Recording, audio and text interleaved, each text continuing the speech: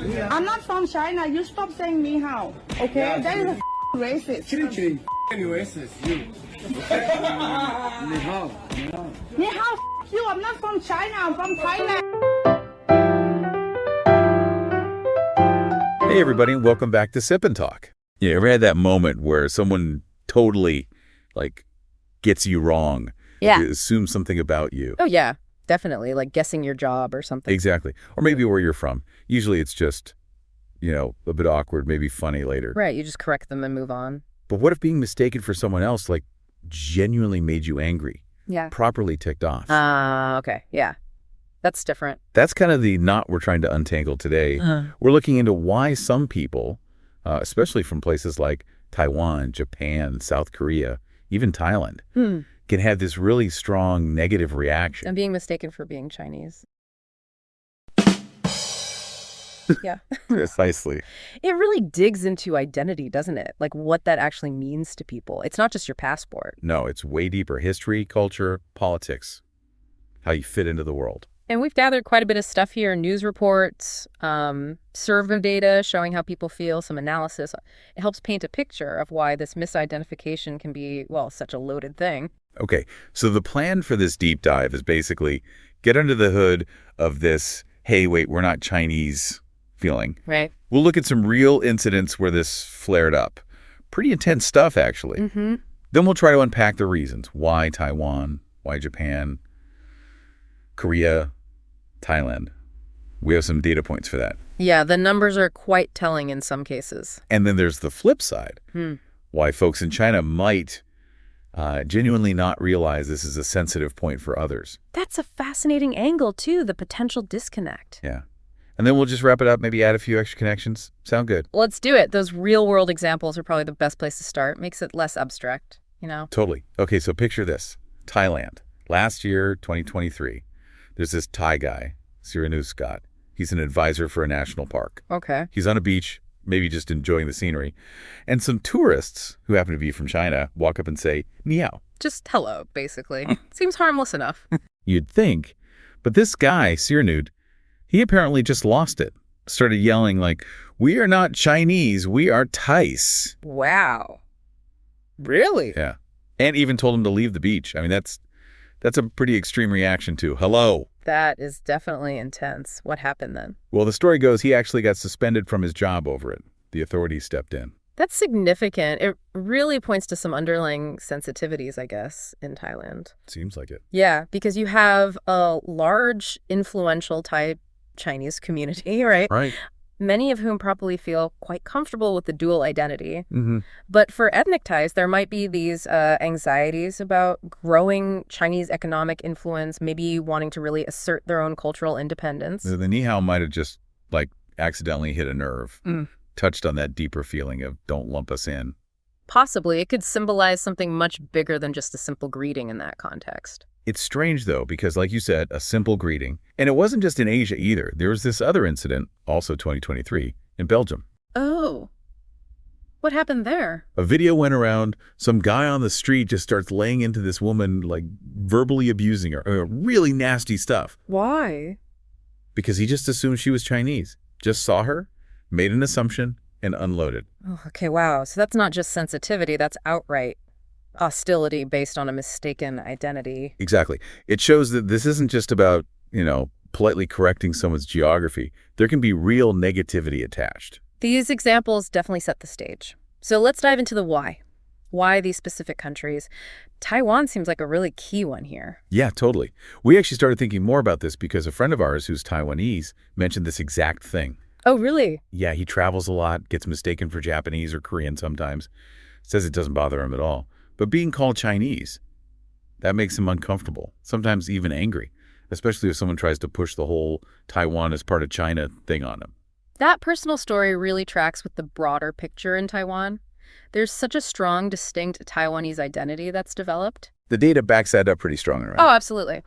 Pew Research Center, just this year, 2024, they found 67%, 2/3 of people in Taiwan identify primarily as Taiwanese. 67%. And only 3% primarily as Chinese. Just 3. That's a massive gap. It's not even close. Not at all. It speaks volumes about how people there see themselves. So what's driving that? Why is such a separate sense of self? Well, history is huge. You have to remember, Taiwan and mainland China have been governed separately since 1949. That's, what, over 70 years? Yeah, a long time. Generations. Exactly. In that time, Taiwan developed its own democratic political system, its own kind of vibrant, unique culture. It's not just a political difference anymore, it's cultural too. And the younger folks feel it even more strongly. Seems so. There were reports, like from the LA Times back in 2019, highlighting how younger generations increasingly just see themselves as Taiwanese, period. They grew up in this distinct environment. It's like they've built their own house, you know? They don't want to be told it's just a room in someone else's house. That's a good way to put it. And you see people actively asserting this identity. Like, there is that Taiwanese reporter in Italy who very clearly corrected someone calling her Chinese. Made a point of it. Yeah.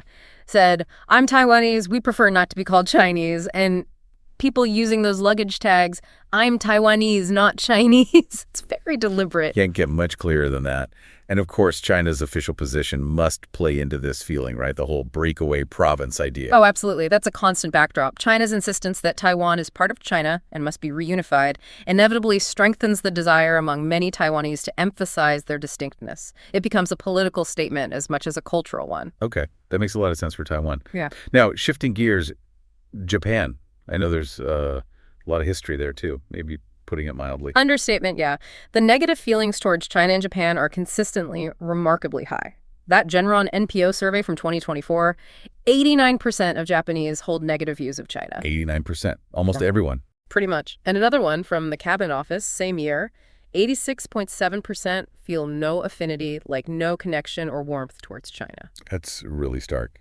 What fuels that level of negativity? Is it all history? History is a massive part of it, definitely. World War II, the Nanjing Massacre, how those events are remembered or not remembered in textbooks is a constant source of friction. Right. The textbook controversies. Exactly.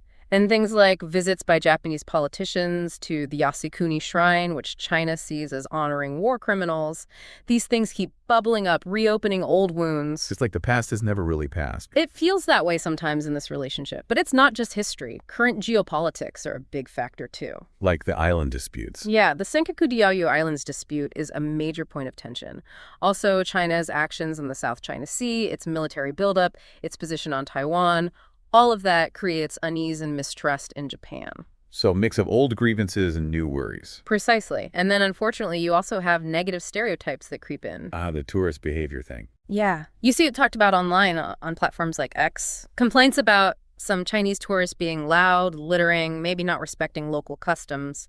Whether it's fair or representative doesn't always matter.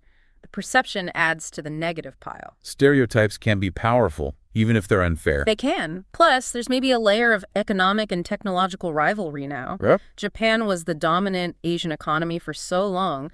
China's rise is a huge shift. Competition. Yeah. And let's not forget, anti-Japanese sentiment within China is also a factor. It's often a two-way street of negative perceptions. Wow. Okay, so Japan is complex history, islands, tourists, competition, a whole mix. What about South Korea? They seem to have a really strong national pride, too. Absolutely. National and cultural identity is incredibly important in South Korea. And like Japan, negative views of China are, well, pretty high. A Pew survey in 2022 found 81% held unfavorable views. 81%. So similar levels of negativity. Different reasons, though, or overlap. Some overlap, but also distinct factors. History plays a role, but maybe less about direct conflict like WWII and more about historical influence and cultural relations. Right.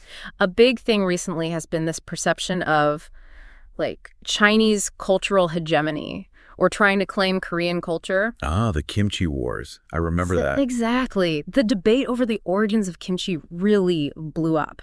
Many Koreans saw it as China trying to co-opt something fundamentally Korean. It caused a lot of anger. People get passionate about their food. Yep. But it sounds like it was more than just food. Oh, definitely. It symbolized a broader fear about cultural identity being encroached upon. You've even seen actual street protests in Korea with no China signs. Really? Wow. Yeah. And remember that food streamer, Hamzi? She got hammered by Chinese netizens just for liking comments saying kimchi is Korean.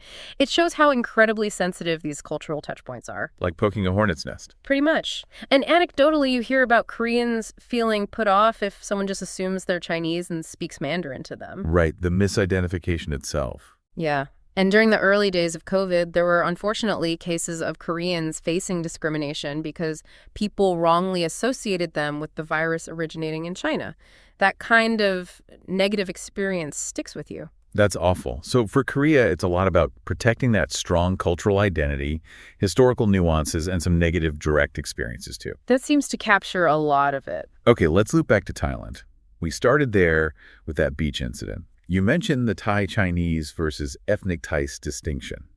Can you elaborate a bit? Sure. So Thailand is interesting because you have this very large, well-integrated population of Thai citizens who have Chinese ancestry. Right, the Thai-Chinese. Exactly. And they are incredibly influential, especially economically. Some estimates say they control something like 80% of commercial activity. 80%? That's huge. It is. And for many in this group, there's often a sense of dual identity. They feel both Thai and Chinese. Celebrating Chinese New Year, speaking Chinese dialects, it's all quite visible, like in Bangkok's Chinatown, Yaowarat. So for them, being mistaken for Chinese might not be a big deal, maybe even okay. It might be less likely to cause offense, yes. It could even be a point of connection to their heritage. But for ethnic Thais, the group without that Chinese ancestry. That's where the sensitivity comes in, like the park advisor incident. That seems to be the case. The reaction can be much stronger. It likely ties back to that feeling about Chinese economic dominance and wanting to assert a very distinct Thai identity separate from that influence. So it's about maintaining cultural boundaries, maybe. That seems plausible. And the fact the government stepped in after the Ni Hao incident, suspending the advisor, shows it's something they're aware of at an official level. They're trying to manage those sensitivities. It's like walking a tightrope. Value the economic ties, but reinforce the distinct national identity. That could be the balancing act, yeah. Okay, so we've seen these strong reactions and explored some reasons: identity in Taiwan, history and geopolitics in Japan, cultural pride in Korea, economic influence in Thailand. But it begs the question, why wouldn't people in China necessarily know about this? Why the potential disconnect? That is a really interesting piece of the puzzle. How can these strong feelings exist next door and yet maybe not be fully grasped? Yeah. What are the possible reasons? Well, one factor could be the prevailing narratives inside China about its place in the world. Oh, so? People might be taught, through education and media, that China is widely respected, a major power, that the Chinese passport is, powerful, very positive image of China's international standing. So they might genuinely believe China is viewed much more positively than it sometimes is in these neighboring countries. It's possible there's a discrepancy between the internal narrative and the external perception in certain places. And sometimes personal experiences abroad might even clash with that narrative. Like what? Well, there have been anecdotal accounts, stories you hear of Chinese travelers, say, in parts of Southeast Asia or Africa, being hassled for money because they're seen as Chinese. Oh, so the opposite of being respected, being seen as a target. In some specific contexts, maybe, which would be a jarring contrast to the idea of a powerful, respected nation. Definitely. Another thing could be how negative perceptions are sometimes explained within China. There might be a tendency to focus on the behavior of certain overly nationalistic individuals online, the so-called little pinks. Blaming it on, individual bad actors. Potentially framing it as an issue of low-quality behavior by a few, rather than acknowledging the deeper historical or political roots of negative sentiment in places like Japan or Korea. It might be an easier explanation internally. So missing the bigger picture, maybe. Focusing on symptoms rather than causes. That could be part of it, but it's important to say it's not like everyone is unaware. You definitely see discussions online within China where people do acknowledge the negative international image. Oh, so there is awareness. Yes, some netizens absolutely talk about it and even suggest that, focusing on being more courteous and civilized when abroad is the way to improve China's reputation. So there's a spectrum of awareness and opinion there, too. Okay, so it's not monolithic. But there are reasons why a broader awareness might be lacking for some. Fascinating. Were there any other, connecting threads or interesting points that came up? Yeah, a few things that add more layers. For example, thinking back to the Thai Chinese, their economic success and high level of integration in Thailand probably does play a role in making that identity less contentious for them. It's different from, say, Chinese communities in Malaysia or Indonesia, where there's been more historical discrimination. That history shapes identity sensitivities differently. Right. So the local context for the diaspora matters hugely. Definitely. And then think about rising nationalism, especially among young Koreans. That likely amplifies any negative reaction to being misidentified. We saw that with the Hangak controversy. Cultural heritage becomes a real battleground. Makes sense. Yeah. Heightened sensitivity. And for Taiwan, that constant struggle for international recognition, having to compete as Chinese Taipei in the Olympics, things like that probably just reinforces their need to assert we are Taiwanese, making misidentification feel like a denial of that struggle. Yeah, it makes the distinction even more important to them. Exactly. Globalization also factors in. More travel means more chances for misidentification just based on appearance. How people react depends hugely on their background and these national sensitivities we've discussed. And social media just pours fuel on the fire sometimes. Oh, for sure. It amplifies everything. Identity disputes, anti-China sentiment, stories of bad tourist behavior, whether real or exaggerated. It spreads narratives very quickly. And underlying all this is China's sheer size and influence, right? That must shape how neighbors feel. Undoubtedly. China's geopolitical weight, its economic impact, its military posture, these things are felt strongly in neighboring countries and influence perceptions, often in complex ways. Even things like how history is taught in schools shapes these national identities and views of China from a young age. So wrapping this all up, what are the main takeaways? It feels like a lot to juggle. It is complex, but I think the main thing is that these reactions to being mistaken for Chinese aren't just simple slip-ups. They are deeply tangled up with history, culture, politics, and very personal feelings of identity. Not just about geography. Not at all. The strength of someone's national identity, their country's specific history with China, and the current political climate, all these things shape the reaction. And it varies a lot by place. Hugely. You've got Taiwan's strong push for distinctness, the more integrated Thai-Chinese versus sensitive ethnic Thais, and then the high levels of negative sentiment in South Korea and Japan driving objections there. Different reasons, sometimes similar outcome. Okay. It's definitely not a simple us versus them. It's way more nuanced. So here's something to maybe leave everyone thinking about. Yeah. As the world gets more and more connected, right? We're bumping into each other constantly online and off. How does this change how we see identity? And what about these moments of misidentification? Good question. Like, what's our responsibility as individuals, as countries maybe, to actually try and understand these different identities, to foster respect, even when things are complicated or sensitive? It really pushes us to look past assumptions, doesn't it? To see the person and their specific background, not just a label or a face. Exactly. Makes you think about your own interactions, how you perceive others, and maybe how they perceive you. Lots to chew on there. Definitely. A reminder to appreciate the diversity of identity out there. I just want to give another shout out to Micky from Micky to Life.